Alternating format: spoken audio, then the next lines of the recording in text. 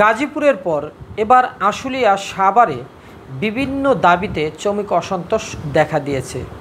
সেখানে বহিরাগতরা এসেছে এমন অভিযোগে আশুলিয়ার ২২টি তৈরি পোশাক কারখানা অনির্দিষ্টকালের জন্য বন্ধ করে দেওয়া হয়েছে।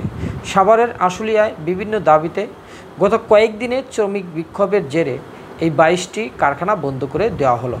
আজ বুধবার এই ঘোষণা দেয় সংশ্লিষ্ট কারখানা কর্তৃপক্ষ। এছাড়া আরও অন্তত ৮টি কারখানায় সাধারণ ছুটি ঘোষণা করা হয়েছে বলে জানা গেছে। আশুলিয়া শিল্পাঞ্চলের পুলিশ এ তথ্য জানিয়েছে।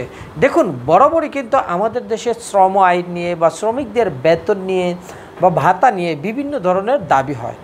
ঠিক এই শ্রম আইন ২০০৬-এর ১৩(১) ধারা, সেখানে কিন্তু বলা হয়েছে যে কোনো প্রতিষ্ঠানের কোনো শাখা বা বিভাগে যে আইনি ধর্মঘটের কারণ এবং সেই আইনি মালিক উক্ত শাখা প্রতিষ্ঠান আংশিক, সম্পূর্ণ বা পুরোপুরি বন্ধ করে দিতে পারবে।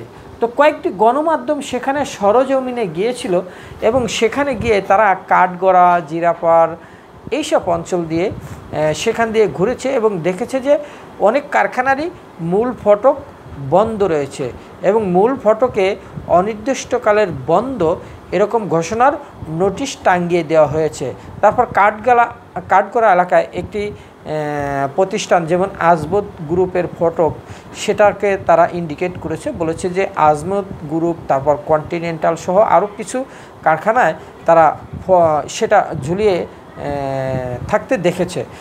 এছাড়া আপনারা জানেন যে গাজীপুর, সাভার, আশুলিয়া এইসব অঞ্চলে বাংলাদেশের অধিকাংশ রপ্তানিমুখী গার্মেন্টস শিল্প অবস্থান রয়েছে। দেশের বিভিন্ন জায়গায় পোশাক শ্রমিকদের বিক্ষোভ, তারপর বিভিন্ন দাবিকে কেন্দ্র করে গার্মেন্টস ভাঙচুর, হট্টগোল, তারপর সেখানে দাবি আদায় নিয়ে নানা ধরনের কর্মকাণ্ড হয়, যেখানে তারা কারখানার নিরাপত্তা অভাব বোধ করেন।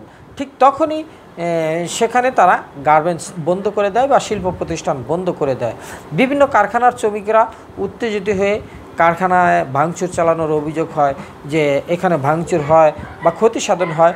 এইসব সার্বিক পরিস্থিতি বিবেচনায় গার্মেন্টসগুলো কিন্তু বন্ধ করে দেওয়া হয়। ঠিক তেমনি আজকে বুধবার থেকে বিভিন্ন গার্মেন্টস, যেমন ধরেন Azmat apparels limited, Z3 composite knitwear limited, G3 washing plant limited, এইসবগুলো কিন্তু বন্ধ করে দেওয়া হয়েছে।